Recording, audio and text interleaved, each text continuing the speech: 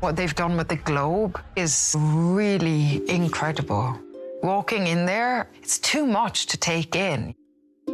It's the deepest part of humanity, being in that globe. The way that backdrop was painted, the way the backstage looked, it all just felt incredibly authentic and unique. We talked from the beginning, we wanted the film to feel graphic. You notice so much is straight on and everything is designed with symmetry, with the understanding that it's going to be almost like a backdrop of a stage. All the world is a stage. The design team have created the most extraordinary globe, which feels utterly real. It's an absolutely incredible piece of design work. It's 3/4 the size of the real globe, and we built the whole ground floor and one upper level. It was literally a work of art. The design team painted these incredible backdrops, imported old wood from France. They spent weeks and weeks trying to find the right colour oak and creating the whole theatre. So that's been an incredible journey, watching them piece this together. The danger with a film like this is that you're playing to the constraints of the reality of the time. The world feels authentic, but it also feels incredibly artistic. You're just completely transported to another time in another place. And when you have 300 SAs around you all looking unbelievable in their makeup and costume, you forget where you are.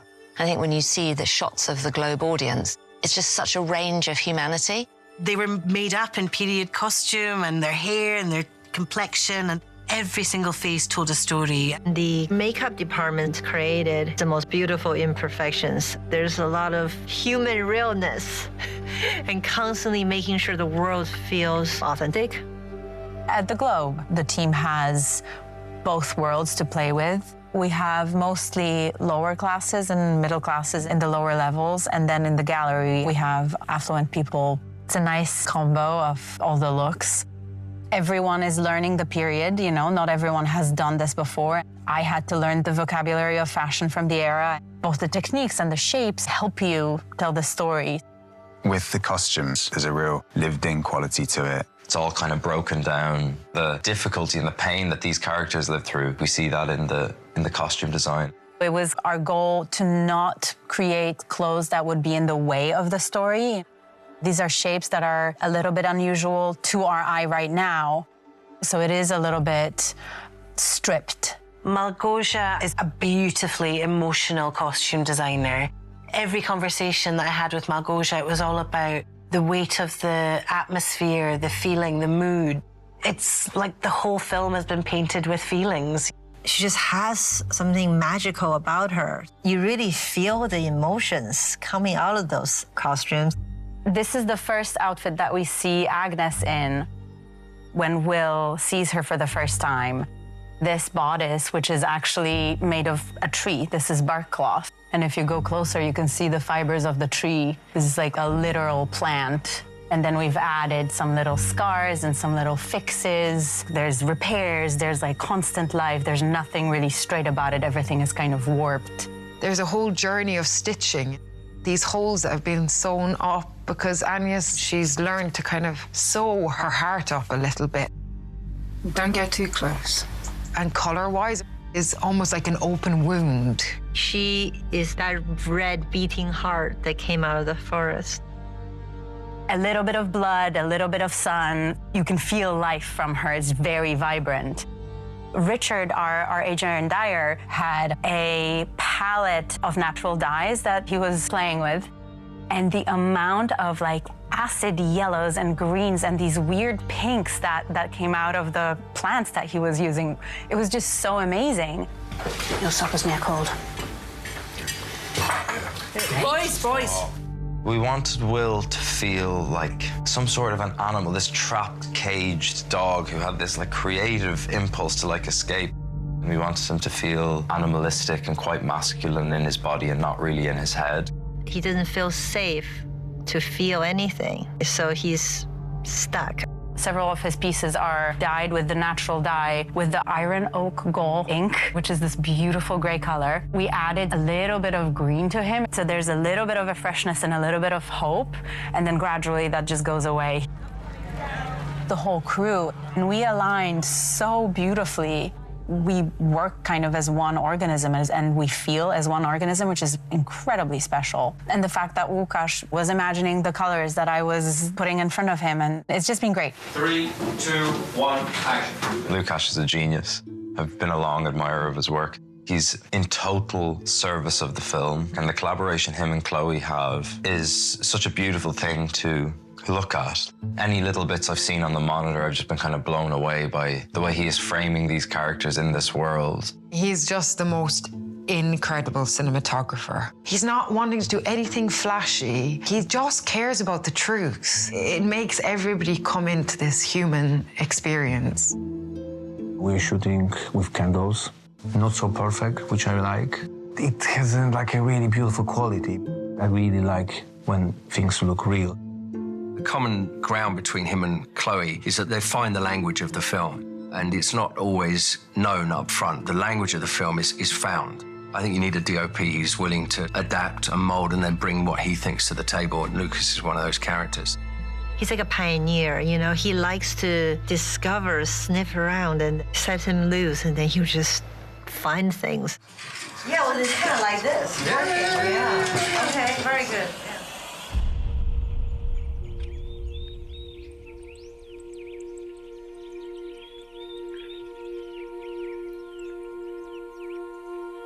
We are standing in the back garden of the Henley Street house, the set build at Elstree Studios. It's the home of William Shakespeare. It's Tudor architecture. It's accurate to the period.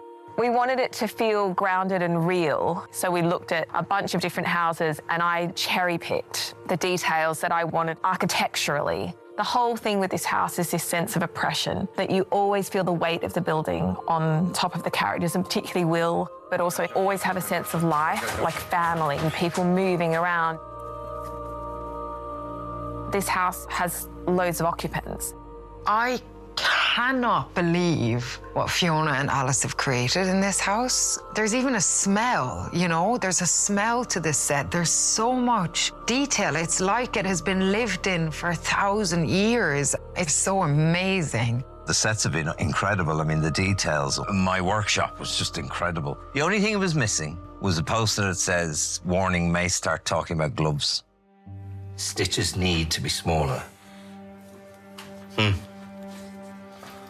Useless. We're in the glove-making workshop.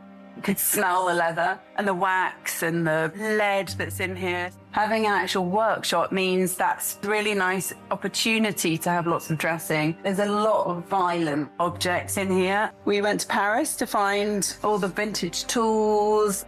We've molded it to help support the story. There's an artistry and also like the kind of atmospheric weight. I sort of love it. The Henley Street kitchen, in many ways, it's like the kind of working heart of the house. There's always activity. There's laundry, or there's this, or there's like, you know, we've got sprouting beans over there, like things they've collected, they're preserving, they're drying. So loads of texture in this room with a huge fireplace, which is so accurate to the architecture of the time. Agnes, what's happened? The Henley Street dining room. This is the room where the guests would come, where we have celebratory dinners. We did these beautiful painted panels in here. I really love the idea that there was a sort of a sense of once this house had money and now it's tired. Every piece that's on the windows was handmade. Even the bars that are across the windows, everything was made bespoke to make it feel like the period. There's a lot of story in here as well. We have birth in this room and we have death in this room. Scars from the violence in the staircase, and then there's damp. There's a flood in the film. So yeah, there's a lot of layering in this house and in this room. Every wall finish on this is layers. Like it's layers of distemper and it's being worked back. There's a lot of hours in this house. The world building is incredible. The actors constantly say, we see it, we can touch it. The meticulous detail across all departments elevates the film massively.